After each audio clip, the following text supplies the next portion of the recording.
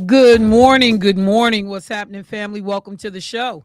It is Michelle Bryant here at WNOV, 860 AM, 106.5 FM. You are listening to Say Something Real. Let me say good morning to folks that are already tapping in, listening this morning before we even got started. What's happening, Dion? Good morning, sis. Let me say good morning to Judge Lena Taylor, who is listening out of the area at this moment. Let me say good morning to this sister. Um, I guess I should say good morning to the brothers in the studio. Look like you was trying not to. Well, I mean, because and Jermaine, It's man, coming. he was just singing "I'll Be Home for Christmas," and I'm like, In February. it's Easter, man. Sometimes I get my holidays messed up. It's Easter, and I mean, it was like whole full Nat King Cole, In that thing. full blown. In that thing. It was real hard. It's Easter. I So I'm like Clark Kent, Michelle. He disbobulated. that's what we gonna do. That's what we gonna do.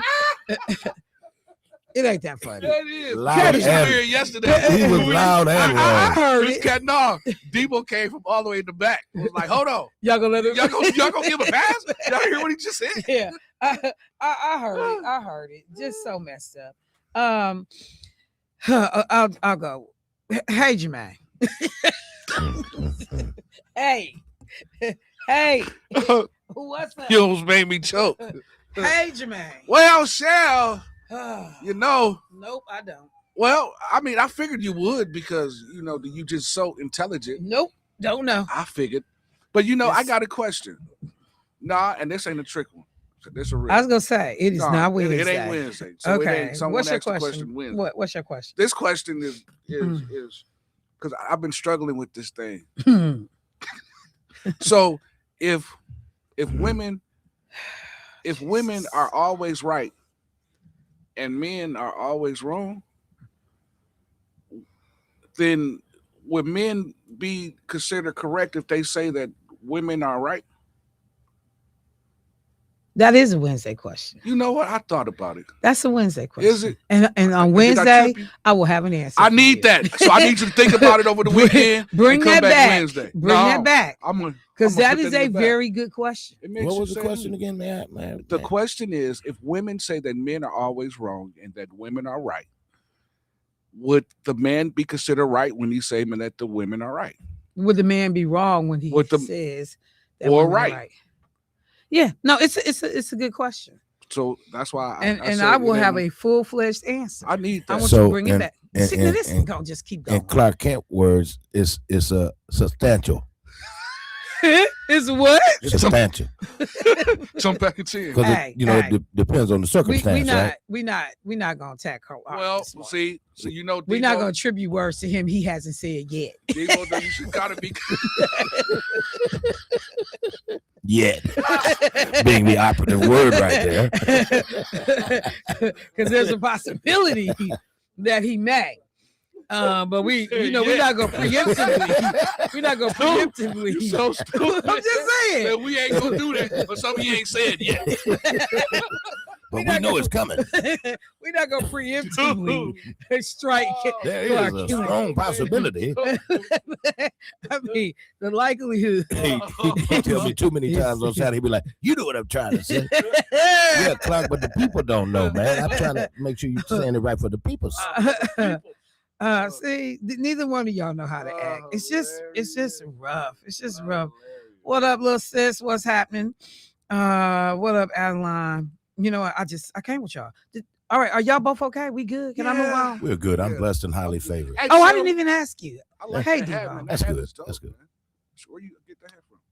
No, seriously. All seriously aside. Can we get a close up on the hat? Yeah, that hat is dope. Now that's something that I would wear with my gray Jordans. I got some gray and red Jordans. Well, in order to wear I'm going this to the crown of one, your head, so You just gotta hold your be head part of down the a little crew. bit. For you also got to Michelle, change your gender. What? bend your head down just a little bit right there, just so we can Okay, get the front Delta, shot of that. Yeah. That's dope, dude. Okay, Thank you. I okay, appreciate okay. it, bro. See, you thought I was on BS. I was for real, man. Because you always do be on. Sometimes I take time. BS. And So I put it you aside you do be on it. sometimes. And I appreciate it. I appreciate Yeah. it. So Debo, you said you was okay? Yes, I'm great, man. You great? Good. blessed. Good. Blessed, great, wonderful, wonderful.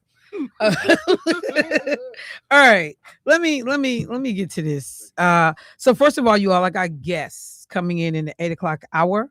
Um, there is a summit coming up next weekend that I am participating in called Behind the Gun.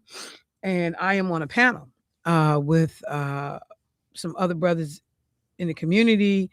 Homer Blow is on the panel. Um, I mentioned the other names, but James Causey from the Journal Sentinel, John Diedrich, investigative reporter. We've had John in a number of times. He talked about the electrical fires and the different, situations we've had that have come up um, over the course of the last several years. He's been a regular contributor to our program. And so we'll be talking to them. Also, we'll be talking to the folks from Community Brainstorming, some of their panelists this morning. They are doing a session this Saturday about whether or not we are looking at Jim Crow 2.0. Is this the new Jim Crow? So Emilio DeTore from the Milwaukee Turners is coming in. I think we may be joined by Lynette McNeely as well. So all that's happening in the second half of the show. First half of the show, I'm going to try to pack in as much as I can because there's a lot going on. Let me start off by saying the utter rage that I felt yesterday when individuals started talking about a story that was being reported out of Madison, Wisconsin, that involves a 15-year-old student who has autism and is nonverbal. So they cannot speak, and they have in a way that they're able to tell people what's going on with them, communicate in that way fully. So the Madison Metropolitan School District on yesterday confirmed that one of his staff members was placed on leave after a mother claimed her nonverbal autistic son was fed dog food instead of a school lunch. Deborah Hawks, this is an African American child, Deborah Hawks told News 3 Now on Monday that her son, Jaden, a freshman at Madison East High School, was given a can of wet, Nutrish dog food by a staff member several weeks ago. The Madison school official sent the following statement. The district takes student safety and well-being seriously. We zero tolerance, blah, blah, blah, because of the student employee privacy laws, unable to share information about the incident, committed to providing students with a safe learning environment, blah, blah, blah. School staff sent Hawks, the mother, a photo showing that Jaden had eaten part of the dog food. They reportedly called Deborah to confirm that a staff member had given Jaden is Hawks is, yeah. So they use her name interchangeably. But they reportedly called the mom to confirm that a staff member had given her son dog food. She said the incident has affected her son's behavior and mood. The mom said, quote, Jaden hasn't been himself, noting that her son is usually nice and energetic. The incident caused Deborah to visit East High School every day for roughly a week, demanding answers about what happened to her son. News 3 Now cannot share the name of the staff member who was put on leave since the district has not confirmed that the person's involvement in the incident.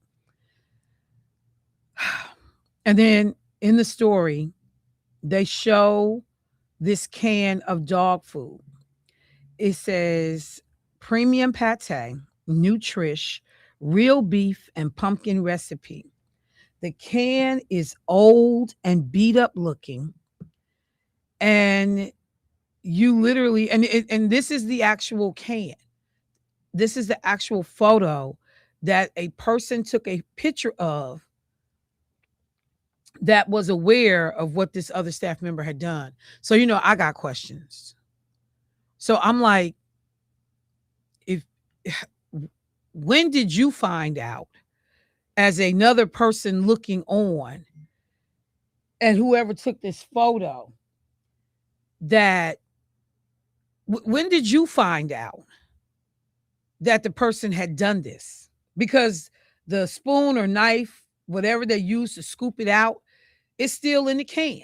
So it looks like this happened. They took this photo shortly after this happened. I don't understand that part, because if I saw this and I took a picture of it, what did I do? Did I immediately confront that staff member? Did I immediately go to the principal? Did I immediately knock the brakes off this? I mean, what did you do? But just, and I'm thinking about this man that slaps this other child who is special needs here in Milwaukee. And as far as I'm concerned, I don't like the way you were even charged with what you were charged with. It should have been something more severe, because you are talking about the most vulnerable people in our society. And why would you feed anybody, yet alone a disabled student who cannot tell anybody what you did to him? Why would you get his baby dog food? When I tell you, I had tears in my eyes when I was reading this story, because all I thought about was Atlas. And I'm going to tell you right now, I would be on my damn way to jail. That's all I could think about was my innocent grandson not bothering nobody, and somebody feeding my baby dog food.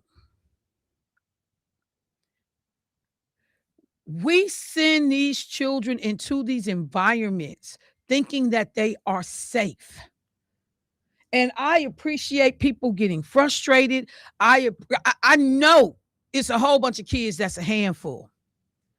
But it is up to the people working in these school districts to understand their own personal limitations and how to pull themselves out of like that man at what was that, Riverside, where that baby got slapped. He was supposed to tap out. He was supposed to find another staff member and say, hey, I need some help, because I'm losing it and this is going to go off the rails, and go take a day off until you can recomport yourself and come back. But the maliciousness, you had to bring this damn can from home or wherever you got it from. And like I said, the can is old and beat up looking. So you had to go, you knew you were going to get dog food. You planned this to give it to this baby. What kind of person does that?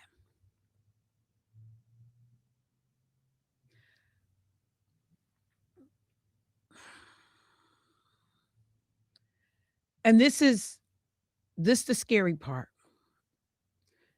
That mother says, I noticed that my child's behavior is off.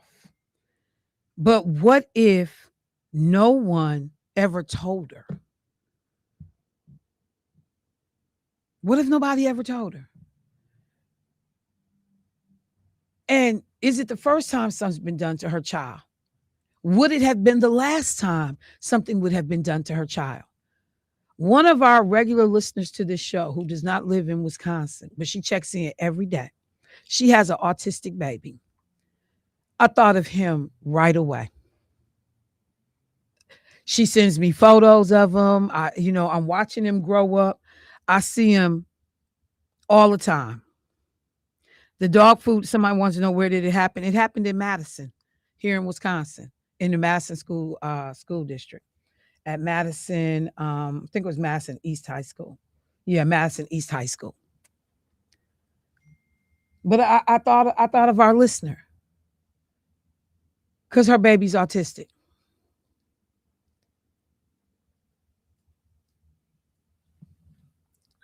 The need to stay vigilant, the need to pay attention to everything, whether your child has a disability or not, the need to have regular conversations, to be engaged.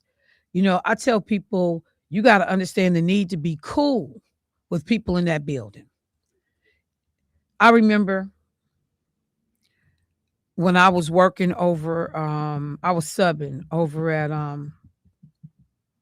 Elm Creative, and the janitorial staff, environmental services, whatever that department is called. I remember somebody said to me, because we was getting ready to get a visit from the then superintendent, and somebody on the environmental staff said to me, I want you to pay attention when the superintendent comes, because this person works in multiple schools. And they said, I noticed a very different engagement when they engage on the south side with the children and when they engage on the north side with our children. And I was like, what? And they said, no, I just want you to pay attention. And so the superintendent visits, and I'm watching, and everything she said to me, I saw it with my own eyes. I was just like, well, that's crazy. The level of engagement, who gets high-fived, who gets picked up, who gets, all this extra time, who just gets a, hey, and wave and keep walking. Everything she described, I saw it. I tell people all the time, you cannot have your children, and even at this point, adults that you care about, seniors in adult daycare, and not engage with these places and these facilities and not know what's happening. We trust people going to do the right thing. We trust people are going to do the right thing. Somebody said, good morning. I'm in tears. I can't call in. I would be going to jail. A background check isn't good enough when working with autistic children. I believe a step further needs to be taken upon hire. No one has patience anymore.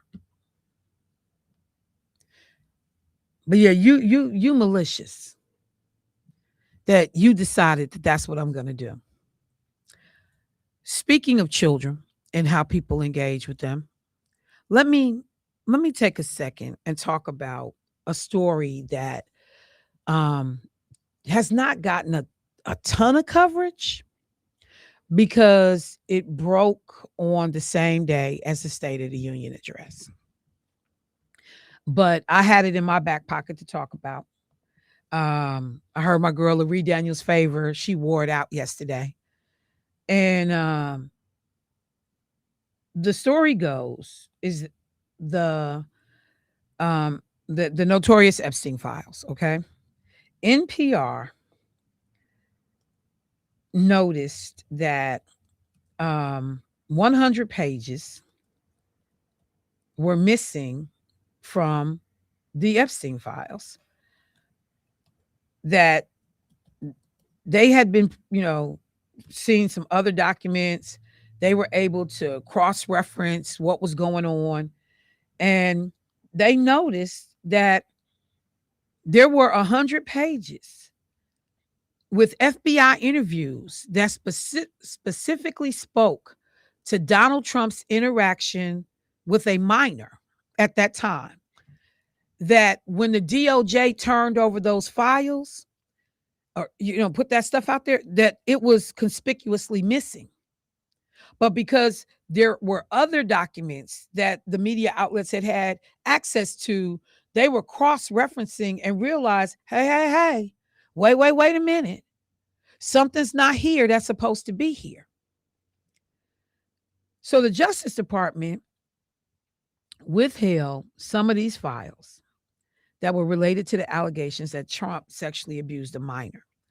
But I want to skip down to what they are alleging was in the file. And I want to see if I can read it. So the young woman she's a young woman now, but she spoke to the FBI in early July, August 2025. So this is what the woman said.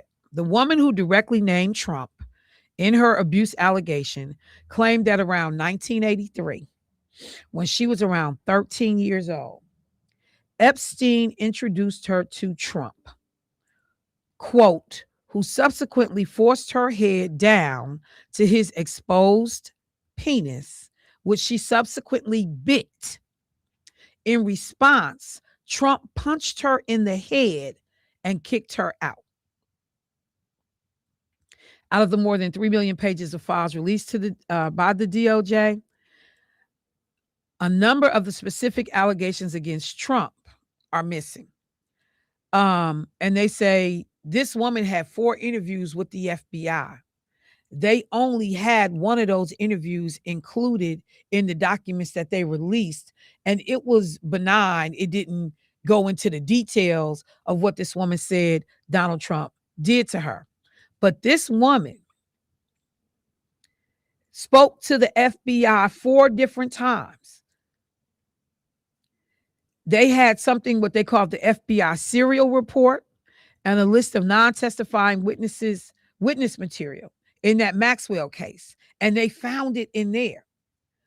The only interview that they put out, though, was an interview from July 24th, 2019.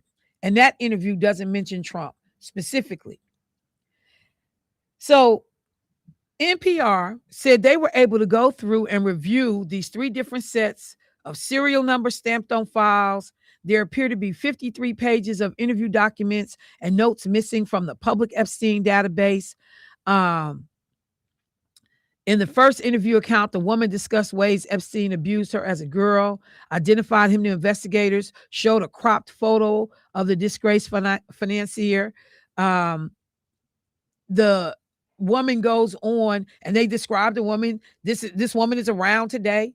She's able to tell her story. And it goes on and on. There was a second accuser that also talked about being abused sexually by Donald Trump. And thank God for the reporting and people paying attention and digging through. And see, that's what happens. We release 3 million documents, or we release, and they feel like people are going to get overwhelmed and not go through it. And there are people that are like, no, I got time today. I'm rolling through all of this. I got time today. I got to take a break. But that broke the same day as the State of the Union address.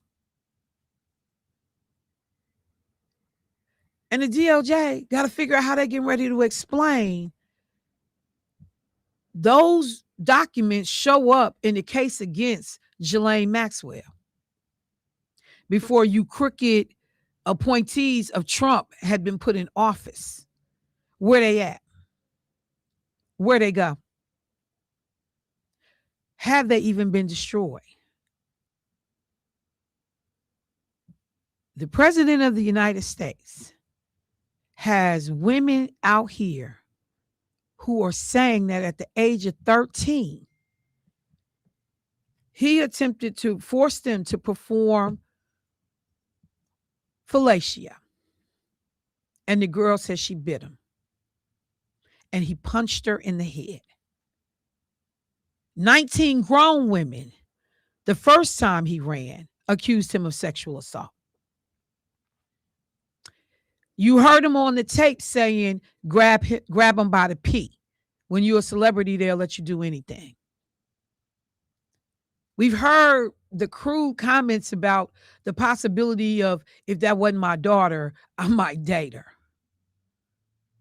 The beauty pageant girls saying Donald Trump regularly walked in on them while they were in a state of undress, getting ready for the pageant.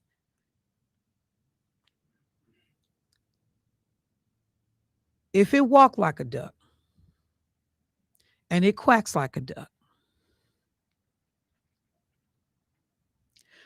I'll be right back.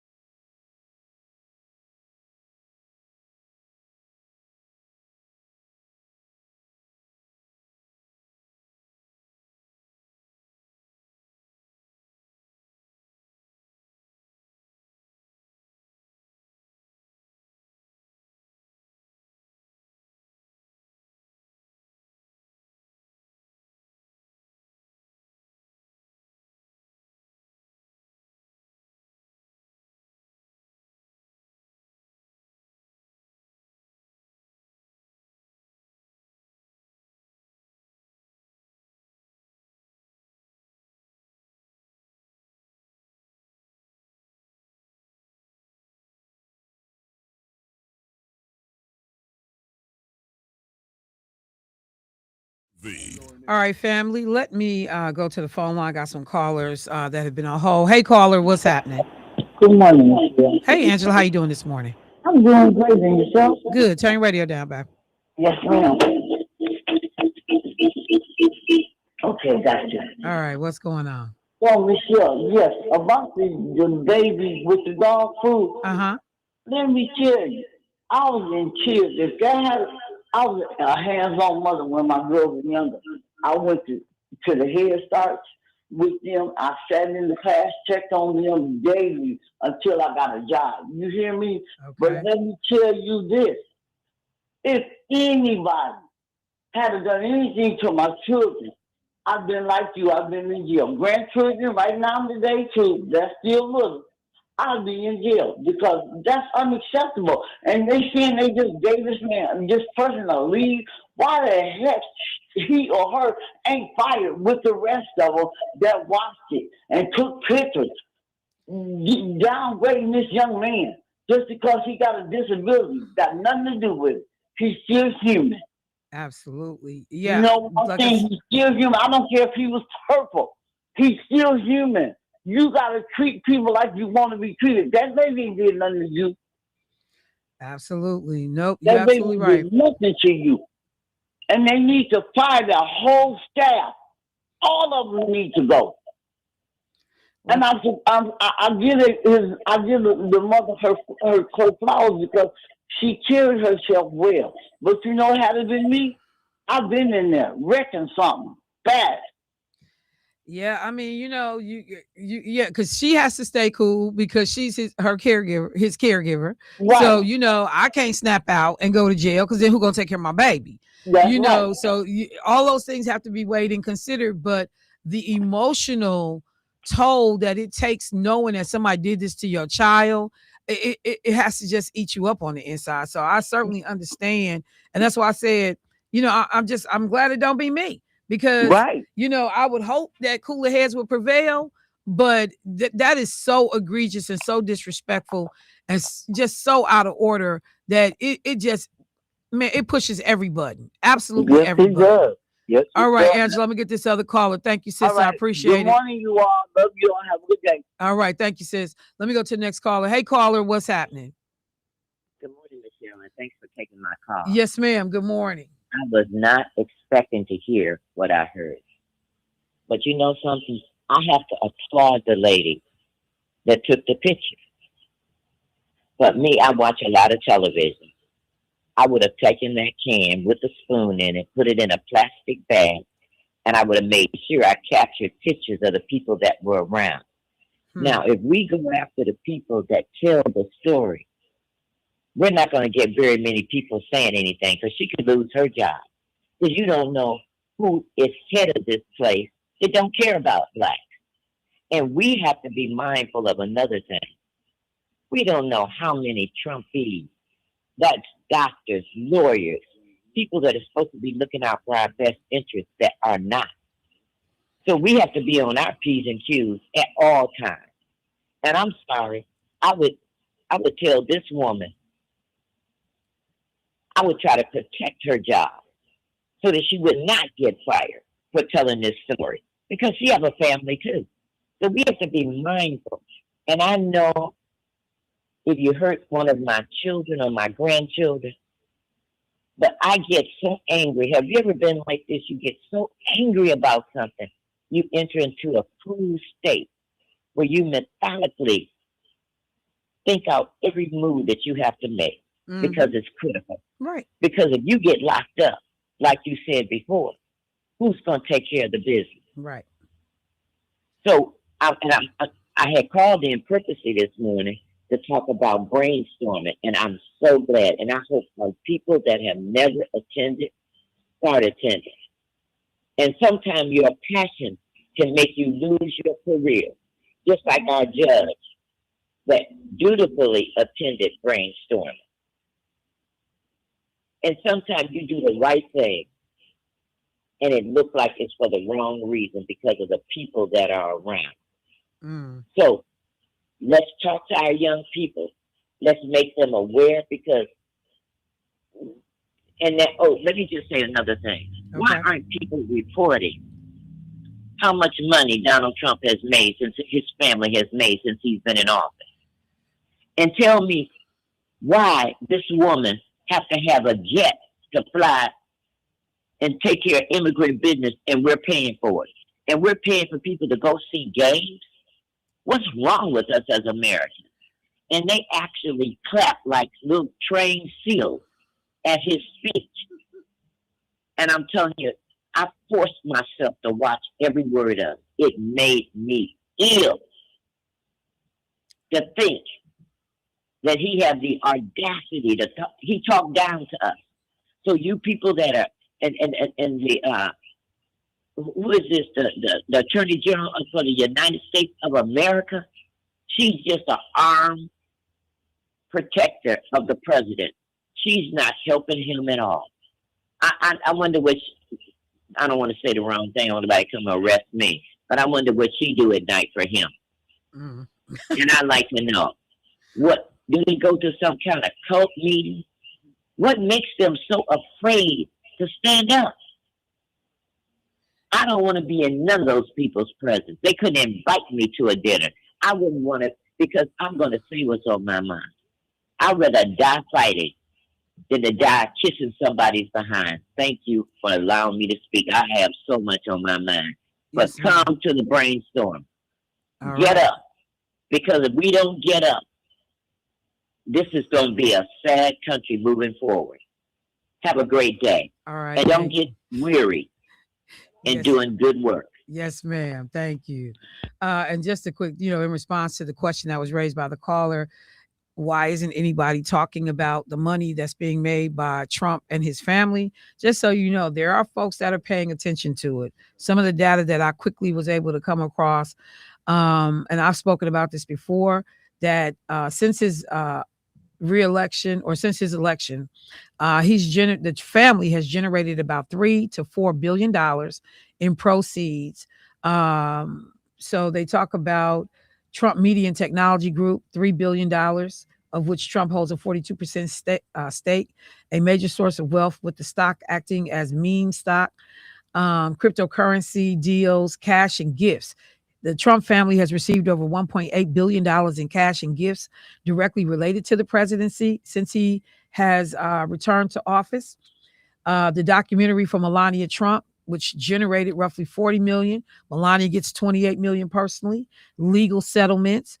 Trump has been suing all of these media outlets, and so far they've tracked about $90 million in terms of money that's been generated that way. So number one, it's hard to even keep track of all of it because you don't know where all these deals are even taking place.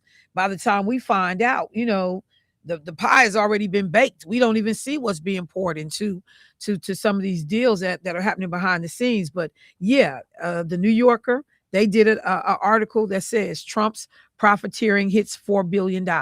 They just did that in January of 2026, January 31st. So just to let people know that this is what is happening. Hang on. Oh, wait. Can we check and see if we got some my guest at the door, please? That's John. Okay, yep. So they both are coming in. Okay, cool. So that being said, we need to pay attention to that. Another thing that I wanted to bring up real quickly, I literally received a text message while I have been sitting here that said that a person texted me and said, I've been made aware by an anonymous source that a teacher of Asian descent in Milwaukee Public Schools has been placed on administrative leave due to hanging a noose outside of her classroom, claiming it to be decorations for Black history. The kids were taking pictures of it with their computers, and several teachers confronted the teacher and informed officials. So I don't know which school it happened at. They just said it was an MPS school, and that the teacher, in an effort, according to that teacher, to talk about Black history, may have hung a noose outside her door. You know, I tell people all the time. I remember in doing, diversity discussions and training, like this stuff is a skill in how you talk about slavery, the impact of slavery. You show artifacts connected to slavery, like because you put this out there. You got to know how to unpack it. You got to know how to emotionally take care of people when they see it. Some young people come into these classrooms better educated than others about the historical things that have gone on in relationship to Black people in this country. They have parents and people at home, grandparents, nanas, family members who make sure that they know the history of how how we come to this country as Black folks, how we get handled, what has gone on historically. And so, but it's grown Black people.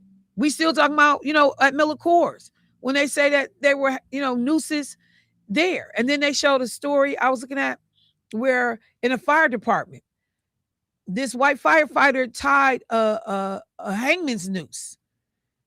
He tied the knot, and this Black firefighter walked into the fire station and he threw it down at him. And he said, "What kind of knot is that?" And the brother looked up at him like, "You know what? Don't play with me, man. I know exactly what kind of knot that is." And the little firefighter had this smug look on his face and he walked away. See, people play with fire, not appreciating that everybody does not understand how to respond in these situations. And so this stuff can go wrong really badly. So we'll keep our eyes out. We'll, listen. If you know a child or you heard that any of this thing that was just said that possibly happened occurred at your child's school, let us know. But you got to know how to teach this stuff. That's why it was so offensive when the state legislature passed a bill about the Holocaust being taught mandated education in something that did not happen in America, mandated education in Wisconsin public schools, but Black history is not mandated education, even though it happened in America. And then they said, as a part of that legislation and the bill that subsequently passed, and they'll teach other genocides. They'll teach other, things that happen. So who's going to teach it? The people teaching the Holocaust was also going to be the people teaching about slavery. And we don't get to vet and know who these people are and what your information is. And what the curriculum will entail, if any curriculum at all. Like, do you see some of the inequity and the foolishness in the way a lot of these things are just done? But that literally was in the Holocaust bill. That the people teaching the Holocaust, many of whom were not educators, they were people who were elderly, who had lived through the Holocaust or had gotten the stories from their parents who had lived through the Holocaust, that were going into classrooms to educate people. Initially said, we don't need any money. We'll go in and do it. And then came back and said, oh, we need $1 million.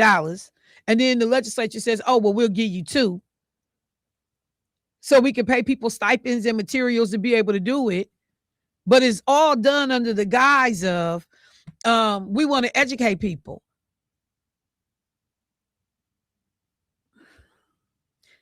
And there are people that look at Black folks that don't understand the level of frustration that we have as we watch this stuff play out.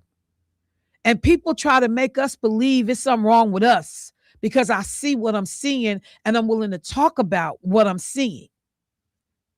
You want me, to think I'm crazy when I address inequities in our systems. And you want to tell me I'm screaming about being a victim because I point out stuff that has happened systemically, historically, that has yet to be properly addressed, fixed, or taken care of. But I'm playing the card. And since I mentioned the legislature, let me work this in real quick before I have to switch gears with the guests that are coming in. I don't know how many of you saw the story that State Representative Sylvia Ortiz has been charged with a misdemeanor, accused of making threats against a fellow representative. So Sylvia Ortiz Velez, who is a Hispanic woman representing the 8th Assembly District, Milwaukee South Side, got charged with disorderly conduct. Now, this goes back to a complaint from last year, from August of 2025. And the newspaper, the way they lay it out, the case involves threats. The prosecutors say Ortiz Velez made over a Hispanic Heritage Month joint resolution and a joint resolution to honor Latino veterans. The complaint says Ortiz Velez believed that she had been purposely excluded from the drafting of the resolution and was upset. She told another lawmaker she was going to tell the media negative personal information about the colleague who drafted the resolution.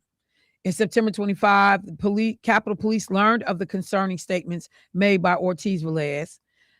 She was barred from the State House for a few days after a report that she threatened a Democratic colleague with an automatic weapon, which, you know, she ain't brought no automatic weapon to the Capitol.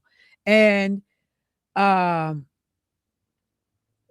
what they say is that Ortiz's arrest has not been arrested. She's ordered to make an initial court appearance on March 6th. The maximum penalty for the charge is 90 days in jail. Can the man who slapped the little girl up at Riverside go to jail for 90 days? Can he go? Because you got two grown people who in a workplace. I mean, is Mark Chambers going to jail for 90 days for disorderly conduct and him and Zamparipa for the cuss out that they had, yelling and screaming down in the city hall? Are they going to jail? Is anybody charging them? Like, this stuff is so selective. Sylvia Ortiz is a legislator who will work on either side of the aisle. She is somebody who stands up for her community. She pushes back. She's loud and she's vocal. I don't agree with everything Sylvia Ortiz Velez does, but I know she does it from a point of she cares about the people she represents. And she ruffles a lot of feathers in Madison. And there are a lot of Democrats that come for her. There's this whole thing about, I was listening to a clip from O'Donnell's show, another talk radio personality who talked about Democrats pressuring people to leave the Capitol because they didn't want them to take a vote with Republicans on measures, and the Democrats get all in a huff and do a whole bunch of performative art talking about, we would never do that. We would never, pressure a fellow Democrat, and I'm paraphrasing, but this is the gist of it. We would never pressure a fellow Democrat to leave the building so that they won't take a vote with Republicans because we have a messaging, line that we want to toe. Y'all lying. Yes, you do. Everybody do it. Republicans pressure their members. Democrats pressure their members. I remember when Representative Lakeisha Myers was going to go against the vote against the governor, and they threatened to take her off her committees. Keisha had just got in the building.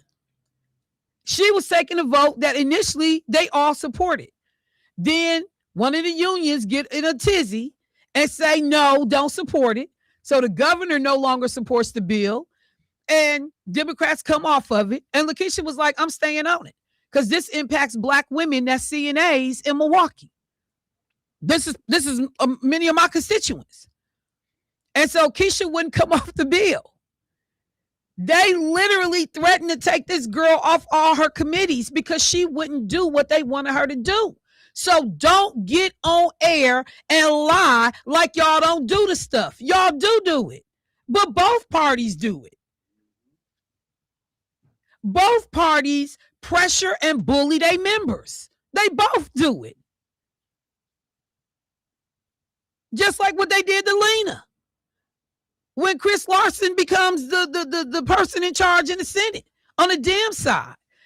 They take her off all the committees that's important to her and banish her to the agricultural committee. Not understanding, oh, you gave me ag, I'm about to turn ag into the most important thing in this dang town. And now we got an apprenticeship program for young men and women who can go through the agricultural, I forgot what the name of the apprenticeship program is, that they created over at Northcott. You got more people talking about natural farming, eggs, and all this stuff because Lena got put on that committee. But it was done to punish her.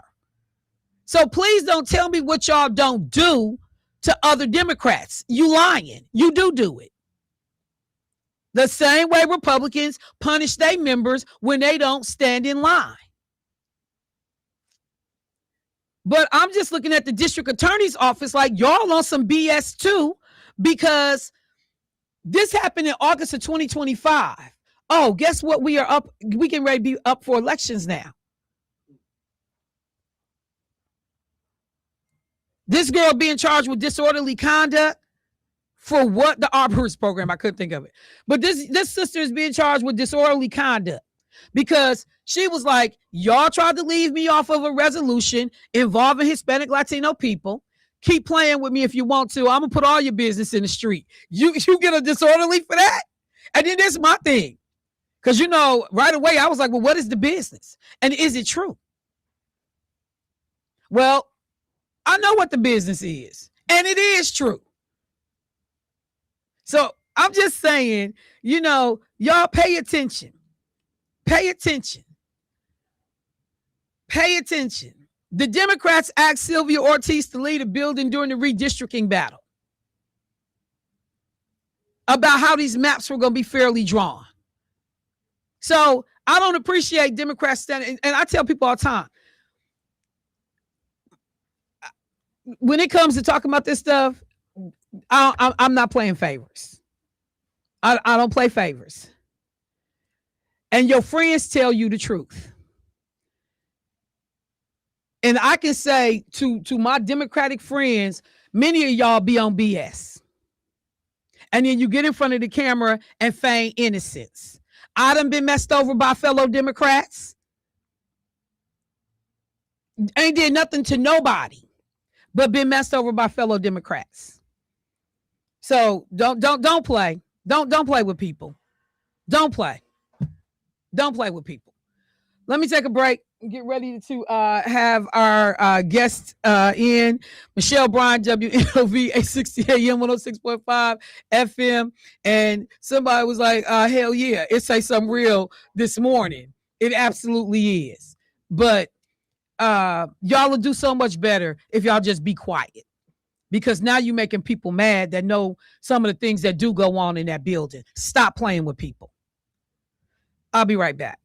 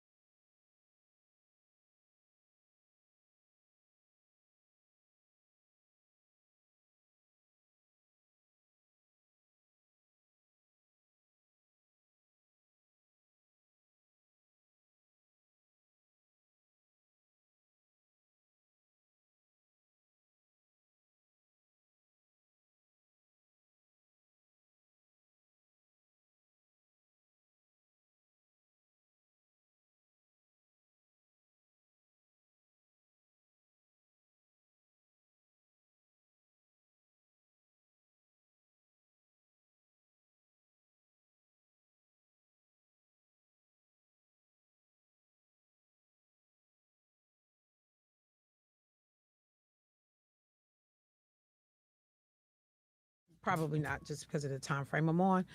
All right. Good morning. Welcome back to the show. Michelle Bryant, WNOV, 860 AM, 106.5 FM. You're listening to Say Something Real.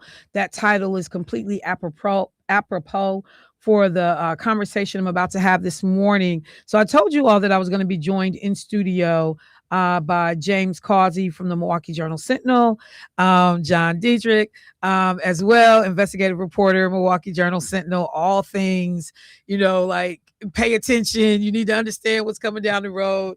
Michelle, we got to make sure the listeners are educated about the very topics that he brings up. So today, we are having a conversation about a summit that is coming up, Behind the Gun, a owner safety summit.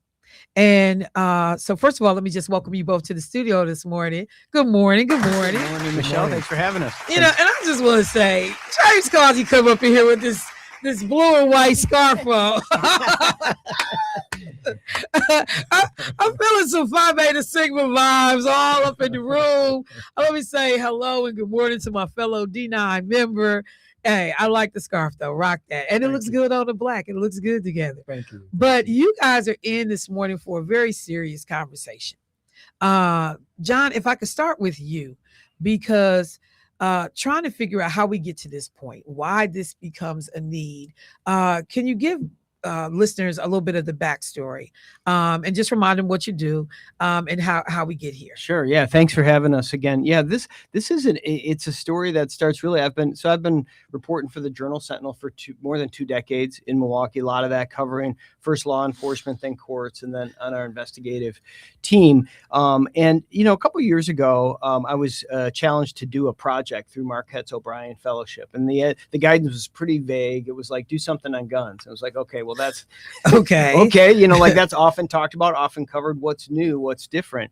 And what I started to do in that project was start to lean into, what haven't I heard? Who am I not talking to? Okay. And I think that, and I wanted to talk to none of the usual suspects, do none of the, tell me something new, tell me something real, right? Something that's different than what I heard. And what I found in that was when I started spending more time with gun owners, I started to hear different stories. I started to hear interest in solutions that maybe looked a little different. But short of the solution, I heard care, that people cared who owned guns about misuse and things happening with guns all over, from homicide to suicide to accidental. There was care there. And certainly there's care among, I think, all people in society on that. But once we started to get into that, we said, is there a different framing that we could write about this? Could we tell people's stories without jumping quickly to what the fix is? Could we share stories without shaming and allow people to have the space of that? And then just fast forward to some of the reporting took me, into the city of Milwaukee. And I remember I was at Prince Hall where we're going to have this event on March 7th. And I was at a training there. And I was the only white person there. And the whole basement was all students and trainers and so forth. What type of training? Gun training. Okay. Mm-hmm. Yep. Concealed carry. Concealed carry. Yep. Okay. Concealed carry training. And I was there, and what was struck to me at that point is, as a reporter for a long time in Milwaukee, specifically in the city, when bad things happen with guns, you can sort of expect a press conference and then a message that says, we need to put the guns down and we need to do something. And that's kind of it. And I'm not trying to, throw shade or shame on that message, because I don't think that that's a bad message. But as we started to talk more about it, and as I reported, it's incomplete. It doesn't reflect the fullness of the issue around firearms, specifically in Milwaukee, specifically on the north side, where there's legal ownership. It's widespread legal ownership. But there's sort of a cone of silence over it around talking about it, it seemed to me. And then that led to a conversation with James. And James, you want to talk a little bit about where you came into it? Get in here, James. Yeah. So, John came to me and he said, James, I'm thinking about, having a different conversation around guns. And I was thinking, well, yeah, let's have that conversation, because, the And just remind people what you do at the Oh Journal yeah. Sentinel. So longtime columnist and editorial board member for the Journal Sentinel. I've been at the paper since I was 15, and I don't want to tell That's you how crazy. old I am now, but I got a lot of gray hair and it just covered it up a little 15? bit. That's crazy, man. I know. Started out as a high school intern. But anyway, getting back to this issue of guns, I've written about guns in my columns several times. And Right. every time I would write about being a gun owner, I would get a lot of responses from people like, oh, yeah, that's kind of, I own a gun too. But, I don't feel like I have that conversation around it, because anytime you talk about being a legal gun owner or just owning a gun, you have the other side that says, well, you shouldn't have so many guns, or you shouldn't have a gun. But there are a lot of legal gun owners in this city. I'm one, and I've been a legal gun owner for as long as I can remember. But I remember going through the training to get my license, and I remember when I did that, I was in this group with about 40, 50 other people, and they never taught you how to. There wasn't a gun in there. They gave us a prop, but nobody even handled the prop. They just gave us a test, and the guy running the program was going around helping people with the answer so everybody could pass. And I was thinking, okay, well, after this, I get my license, I could legally carry, but what? There's no training, there's nobody telling you how to handle your gun, store your gun, how to do anything. And that's where a lot of people felt like, okay, what do we do now? And so you have a lot of people out there. My wife is one of them who went through the training, took the test, I should say, and she's actually scared of a gun. So it's like, okay, so you could legally carry, but you're terrified of a gun. So how does that work? Because I've even had conversations with women that I know that are gun owners, and I'm like, so how often do you go to the range? Do you understand how to handle it, clean it, storage? Like, what does that mean? How often should you service it and make sure everything is still good? And I mean, just have it, never fired a gun, and like literally went through the training, but have never fired a gun in their life. And I'm like, so what would that even be like the first time if you ever had to fire it, if you have no experience, handling this gun prior to needing it in an emergency or crisis situation? So then you guys have this conversation. The idea of the summit, then, how does this manifest? And now this thing becomes real and has taken off. Yeah. So what happened was we went out and kind of test marketed this idea. So we went out and talked to neighborhood groups, and we said, so, what are your thoughts on firearms? And these were more, grass level groups, not the kind of the big groups. And, I mean, the response was it was uniform, and it was pretty overwhelming that people were asking for this conversation. We're really bringing forth what people have asked for. And I remember one meeting, James, I remember we were in a room, and we were describing this, and one of the individuals, the executive director of this particular group, came up and hugged me and said, this is the first time I've heard an honest discussion or a willingness to have an honest, full discussion around firearms in our community. And I was like, wow, there's something here that we're tapping into, that there's something that we can say, hey, you can come to this event. And again, it's the name of it is the Milwaukee Gun Owners Safety Summit. It's at Prince Hall and 12th and North on March 7th. And that's a Saturday in the morning. The goal here is to really just to open up the doors for conversation. The goal is not to tell anybody to get a gun, not shame anybody for having a gun. Just stipulate to the widespread legal ownership of firearms in Milwaukee and say, what if we brought everybody together to simply say, can we have an open, honest discussion without judgment, frank discussion, where does that go? That's literally the goal. Is because that brings me to the question is, because when people think about, so what would we do at this gun safety summit? So what can people expect? What am I going to learn? What am I going to be exposed to? Can you talk a little bit about what the day will look like? Yeah, so we took care in putting the panel together, and you're on the panel, so that's fantastic. That's right. So we had a Minister Simmons on the panel who is a victim of gun violence. He has a interesting story to tell, and I won't spoil it, but it's very interesting. He almost died at the hands of a child who had a gun. We have Mr. Silas, the owner of Prolific Guns, He's a Black gun shop owner. Okay. Which is a rarity in the United States of America. I think Not just rare in Wisconsin, Yeah. rare in the United States. In the United States, I think there's only 15 Black gun store owners in the entire United States. And you That's think about crazy. that, how That's crazy that is. And we also have Homer Blow on the show too. And so we took care in putting this panel together because we want to have different perspectives and really try to open the doors to a conversation that people really don't have a lot. And so we're gonna there's gonna be groups in the basement of Prince Hall that would be talking. John could talk about some of the groups that's going to be there. So it'll be educational, it'll be storytelling, it'll be solution driven. And we also have conversation like, okay, if you have a gun, how do you properly store it? Where do you place it? Do you keep it loaded? It'll be all kinds of conversation that people have been thinking about, but they never said out loud. And one of the things and I had to go back and pull the numbers when you talked about it, and 15 gun dealers or shops that may be owned by African Americans. This data is older, but from 2022, nearly 78,000 licensed gun dealers in the U.S., 47,000 Type 1 dealers, primary sellers, 6,000 are Type 2, what they call pawnbrokers. But you realize the proliferation of these shops are everywhere. And when you think about that, only 15 are owned by people of color. It brings me to a point because I look at stuff, and we talked about this when you were looking at the design of the program through a political lens. There are a lot of Black people that will say, yeah, I know what the Constitution says about my right to bear arms, but I'm treated very differently when I get out here and I have a firearm.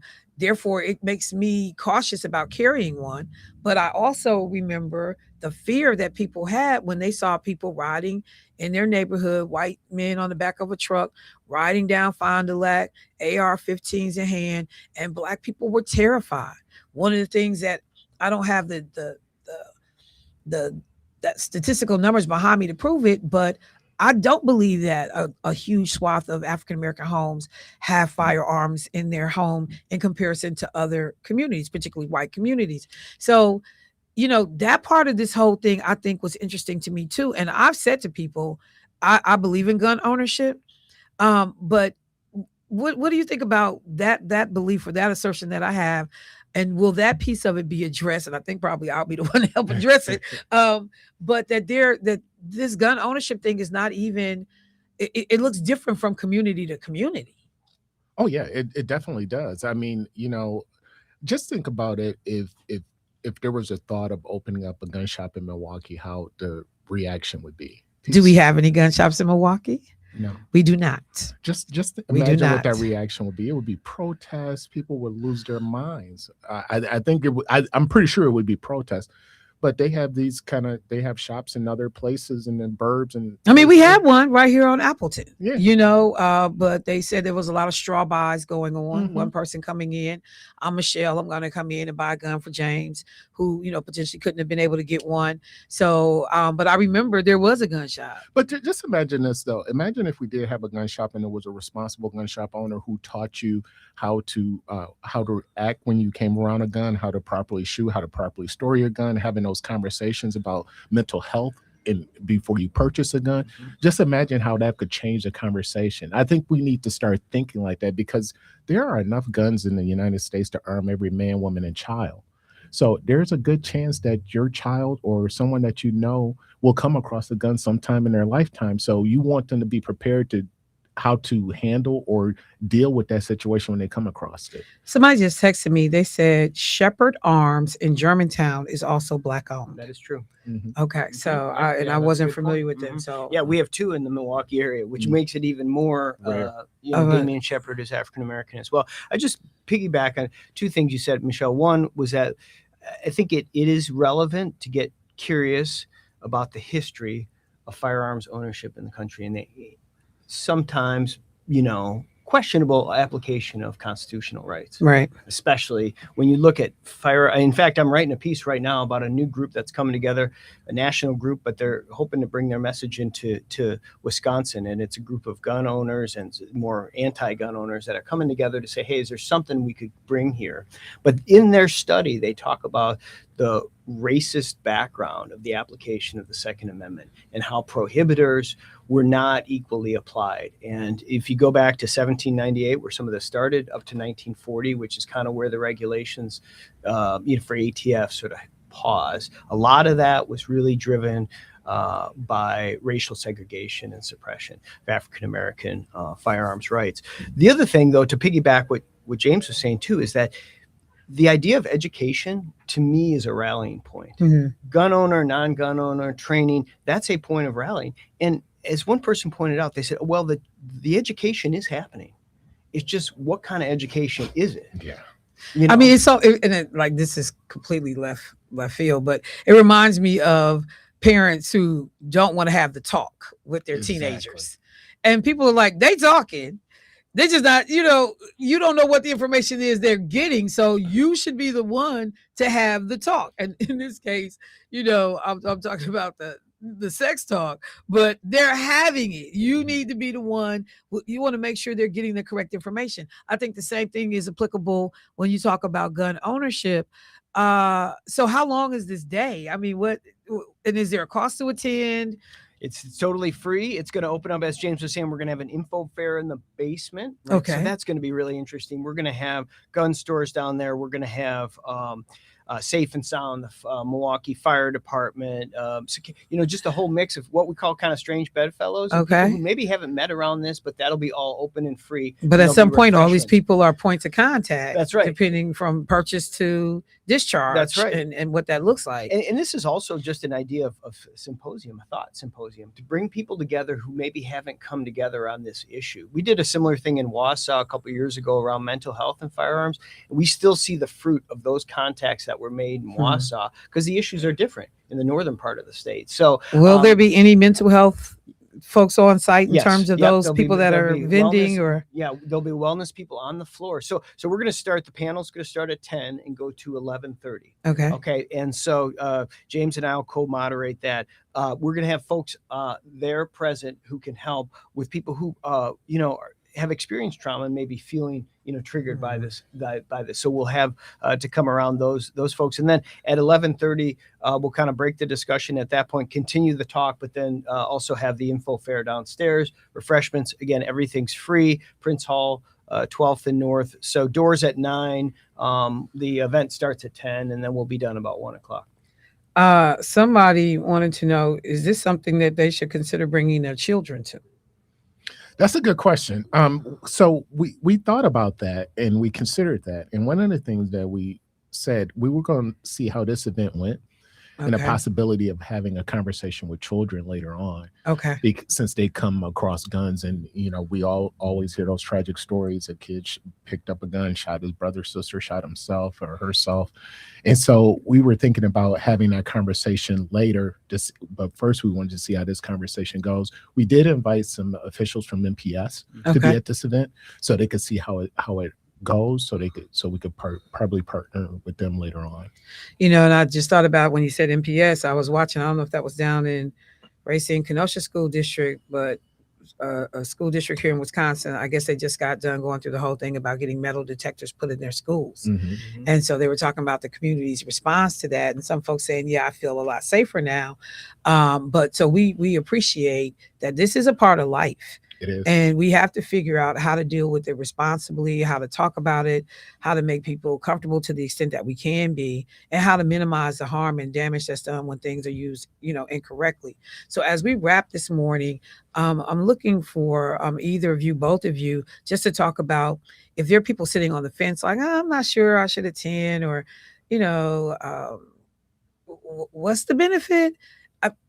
We're saying safety. But overall, because some people say, well, I'm good. I already know, what I need to know about having a gun in my home. Is there anything that you would say to folks that are kind of on the fence about I'll attendance? jump off. Let me just go back to MPS real quick. We Okay. lost over 20 students, I think 24, 25 students to gun violence last year. So it's definitely a conversation we need to have with young people later on. But I would say you can never know enough about guns. You can never know enough about gun safety. So this is an event that if you attend it, you will hear some stories. You will come up with some ideas of how you could better protect yourself, how to better store your gun, and how to just be safe, because you don't want your gun to end up in the hands of someone else. All right. That's right. I would just piggyback on that. I think it's so important to understand where you're at, and people are at all different places with firearms, and some people who are going to come are vehemently against firearms, just to be clear, and that They is will be in the welcome room. too. Yeah, they'll be absolutely, in the that room. would be welcome as well. So all views, and we're just going to stipulate to the goodwill of everybody at the front end. Nobody's judged coming in. Everyone comes in, and everyone to be heard. But I would say somebody who feels like I'm good, then that person has something to share. They have something to bring to the Why community. are you good? Yeah. Yeah. Why are you good? So tell us, about, yeah, tell us a I like story that. about, I like about that. how that is. And I would just leave on this is that we have registration. We're asking people to register. Okay. If you go online to jsonline.com/behind the gun, one word, and we'll give you the link too. Toward the bottom of that page, you'll see a lot of stories in there. I promise I don't get paid by the word, but it looks like it. But at the bottom of that page, it's got a little promo to link over to the Eventbrite. And we just want to get everybody registered. There will be safety giveaways as well. Okay. Safes, lessons, range time, that sort of thing that will be given away to people for draws. Yeah. I won't call her name, but she know who she is. Yeah, you need to go see about these lessons and making sure, because I'm telling you, people buy it for safety and like, oh, I got it. Now what? Right. You've never shot it. You've never handled it for real. And like, yeah, but I got it. Girl, you're gonna kill somebody, including possibly yourself. So thank you, brother, so much. I appreciate you, gentlemen. This is an important conversation. I love the fact that it has not been done in this way before. And I like the idea that it doesn't matter which side of the aisle you're on, to be able to come as a community and have this important conversation. So thank you. Thank you for the work. All right, family. So this is happening, and I'll remind everyone, but it's happening next Saturday over at Prince, what is it, Masonic Hall? Prince Hall. Yep. And I'll give those details. I'll talk about it leading into it next week. And I just want to thank you guys for doing this. This is important. It's huge to me. Thank you, and I'm Michelle. glad to be a part of it. All right, family. I will be. We got a caller? A whole bunch of callers. Okay. Let me take one, and then I gotta get my next guest in. Hey, caller, what's happening? Hey, this is Monty. How you doing? I'm good, Monty. How you doing today, bro? I'm doing all right. I was listening to it, and I think this is a great event. You got us on speaker, fam? It's hard to hear you a little bit. I said that I was listening to the show. Mm-hmm. I said I was listening to the show. This was a great event. We're doing a gun violence initiative, and it actually has a curriculum, and I would like to be a part of this in some kind of capacity. Okay, Monty, do me a favor. Leave your phone number for me. Jermaine said he got it, and then I'll make sure I share it with John and James, okay? Okay, thank you so much. Perfect. I'll take care of it this morning. All right. Okay. We got one caller left. No. Okay, we good. All right. So look, I am glad to know that because this is the other thing. There are lots of people trying to do this work.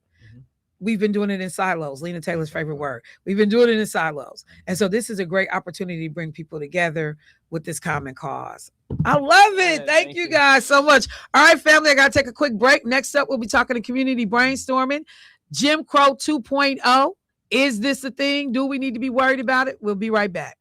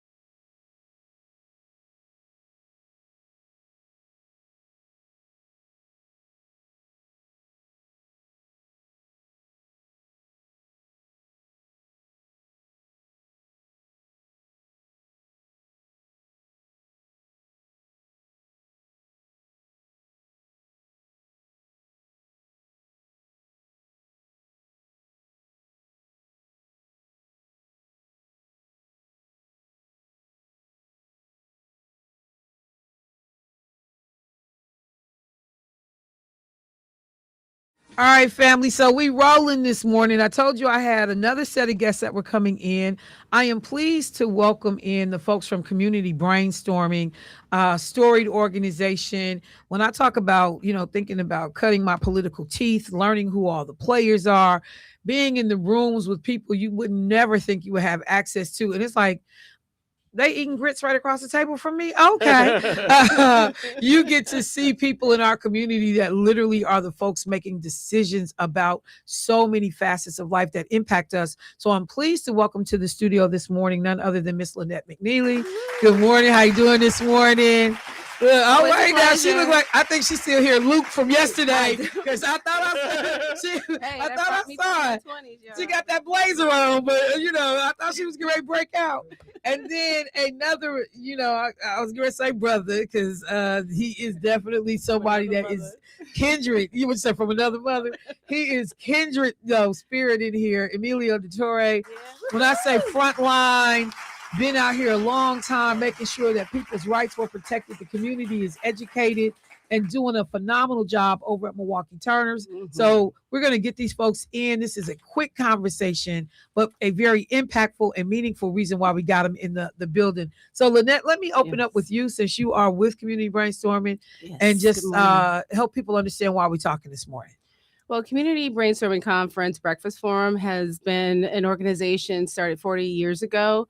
It is an activity in the community, Milwaukee's North Side, for people to come in and talk about the issues that we all see day to day. It was started by the Milwaukee greats, Reuben Harpole, Sam. I should have remembered. I totally lost his last name. Samuel Johnson. Sam Mr. Johnson. Yeah.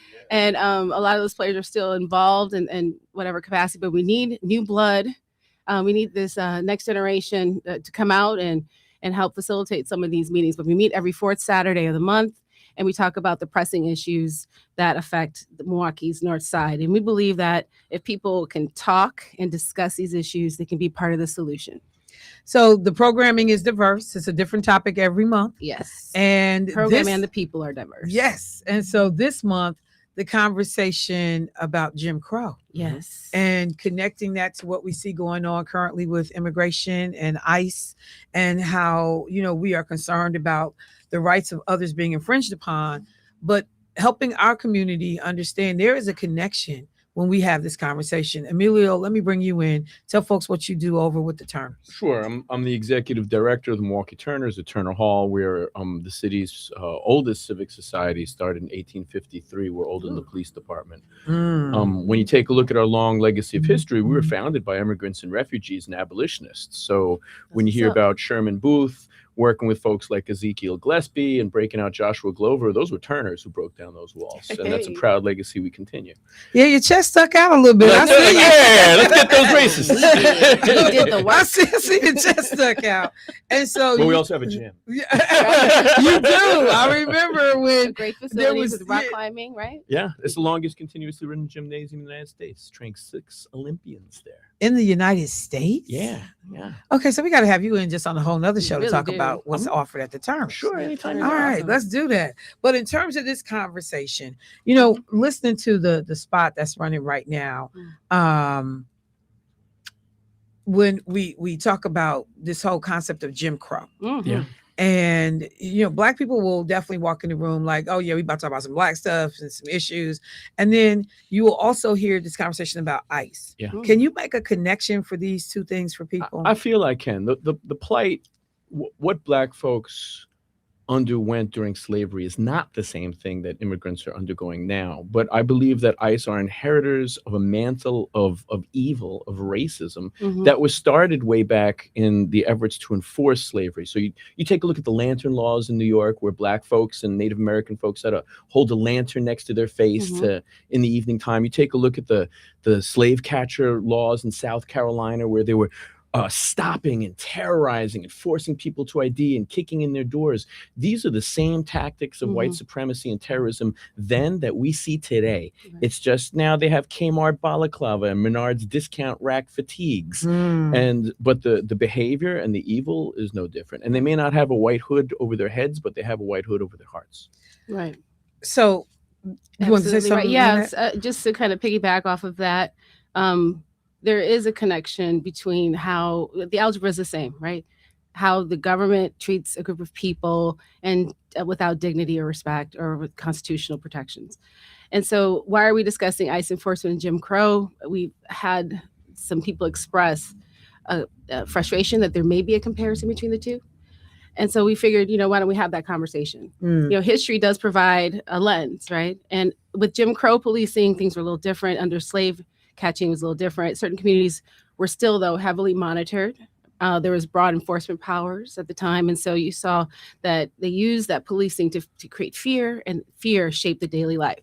We're finding those same semblances within the ICE enforcement. And the purpose of our Saturday event is to understand these patterns, ask questions amongst ourselves, and then examine some of the safeguards that we have today, which are different than what existed under Jim Crow. And then hopefully touch upon some of the legal observer training that's available out there. Because even if you're not doing it for ICE, you could see how that could be helpful in your own communities in general. Heavily policed communities should have legal observer training. And so we're going to end with that as a solution. So I'll pick up the legal observer training in just a moment, because one of the things, though, and I've been pushing and saying on my show just since we first started seeing some of these ICE raids happening and the convergence on these cities, is that it was just a matter of time before Black people get swept up in what seemed like it was a targeted effort against the Hispanic Latino community. But we know Haitian, immigrants get caught up, Somalians get caught up, but we are seeing African-American born U.S. citizens who are being stopped, who are being questioned, who are being shown to show your papers, if you will. So this conversation is not removed from us as a community. No. And whether it is trying to make that connection between what we've seen historically and what we see now, how many of the tactics are the same. Yep. We've also got to educate ourselves. We can't look over there and be like, that's a Hispanic problem. Well, that's their weapon. That's their tactic. If I can keep Divide you and from conquer. unifying with other folks, then I can exert my power. Right. All right. So this observer training that Lynette mentioned, is this something that you all offer, Emilio? Yep. As of this week, we've trained 700 legal observers through the Milwaukee Turners. And what does that mean exactly? So legal observer, and you can use this practice for anything. It's a nonpartisan individual who is monitoring law enforcement interactions with civilians. It's like quality assurance. So if you take a look historically, Black Panthers did this, the ACLU, the National Lawyers Guild. If you have a problem with armed men with guns who are well-financed coming into your community and treating your people differently from how the law says they should treat it, then you should document that. You should hold them accountable. If not there at that time, then later on in a court of law.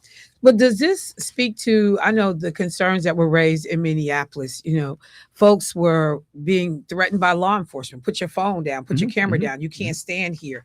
You can't do this. So does any of that come up? Do people get educated about some of that? Absolutely. The training is a 2-hour-long training. I started the legal observer programs here for the ACLU and in about 20 other states. We take it very seriously. We talk about what you can expect, what you can see, what your rights are as well, and how you negotiate something where law enforcement may be breaking the law and telling you something that is wrong, and how you can accommodate that. Right. And we take people out the first time. It's not like we say, okay, there's your training, goodbye. You're part of a process where we have ongoing support. You're working with folks that have been veterans of this for a while. We have maybe some 85 attorneys who are happy to support us through partnerships, ACLU and many other attorneys. So for folks that are interested in that training, what do they need to do? Come to community brainstorming Saturday, Yup, February hands down. 28th, and then they'll get the rest of the story Exactly. to be continued. But we hope to see more people come out, because this is the type of stuff that we are talking about and exposing people to in 53206. But yes, definitely come out February 28th. Breakfast starts at 8 a.m. and we'll have a great panel there. Yeah, the panel is also State Representative Darren Madison from the 10th Assembly District, Brother Mustafa, who works with me as the Confronting Mass Incarceration Coordinator at Milwaukee Turners, and Mia Heredia, who is our sound mind coordinator at Milwaukee Turners. Yeah, I butchered her name in that commercial. Can I piggyback just really quickly Yes, and please. why we're talking about legal observer training? The way that our rights work is that it's kind of retrospective. Like something happens to you first, then you have the execution of your rights, right? So in our courts, in order for them to give you the outcome that you might want, you need facts, you need evidence, you need like documentation, and that's what you learn through the observer training. Not to cow down to objectionable behaviors. It's knowing how to establish a recourse, because that's the way our laws work after the facts, right? So how do we create some good facts so that we can have some good outcomes in these courts? And that's what we learned through some of this training. Mm-hmm. All right, I understand we may have a caller. Let me go to the phone line. Hey, caller, what's happening? Hey, good morning to you. I got a question to ask. The observers, is there any income for those guys that are out observing? Is there any income, and who's sponsoring the budget for you guys to be able to to be able to handle this situation and conglomerate people together and go out and fight ICE? So my thing is who's sponsoring it? Is there any money for guys like me that might want to participate as a independent observer? Is there cash out there available, or who's actually sponsoring your project? I wish there were, my friends. Wait, hang on. And thank you for the call. We're gonna hang up and let him answer. Go ahead, Amelia. I wish there were. No, all of these folks are volunteers. So these are people who care about what's happening in the community and have the opportunity, the privilege to be able to volunteer from time to time. We'll get folks. One of the beautiful things is we have so many hundreds. It's not like people come all the time. I get off work. I'm a teacher. I'm a plumber. I'm a mechanic. I'm retired. I can spend a few hours and know it. So it's a big community thing. It's just an effort to build a beloved community. However, if you are independently wealthy or win that Powerball and you want to hook me up, visit MilwaukeeTurners.org. Right, come on out. Yeah, I think I'm glad you said it that way. It's not that we all don't care. We just aren't all with the same privileges to take extra time. Unfortunately, since the DE&I, executive order, we've seen a lot of African Americans, especially in Milwaukee, lose their positions and jobs, and so people are struggling. So they don't have the time to do all this extra. Yep. But that we're not asking everybody to do it, but we're asking those who do have the privilege of time and the privilege of stability, right, help those that don't by attending these legal observer training, coming out to community brainstorming, contributing to the conversation and the solutioning. That's what we all, if you have the opportunity and the privilege to do that, please, even if you don't, and you make that sacrifice, we understand, and we love you for it. And that's why we have breakfast, and it's free. Or just learn the tactics, and then, the education is important. Yeah. I mean, so let me do this real quick. So I just want to, again, stress, and I appreciate, unfortunately, I will be at a training myself that morning at another organization, but this is something that, like I said, I cut my teeth in community brainstorming. Martha Love, I remember when I met her years ago, she's like, you got to be here. Yes. And I mean, like, literally, I have made lifelong friends, have learned so much better as an advocate, understanding who these people are and what it looks like, and walking away educated on issues that I thought I knew coming in the room, and then assembling all these people, and you get the different perspectives, and you walk away like, I hadn't thought about it that way. Or that's the deeper level of understanding than what was provided in the media outlet that I saw this story on. So I also want to put the plug in and encourage people to attend. So just remind people one more time, this is happening this Saturday. And it's always the fourth Saturday of the month? Every fourth Saturday of the month, religiously, come rain or shine. And it's at the St. Matthew's CME. Who have been a long-time partner. Yes. Without them, there'd be no us.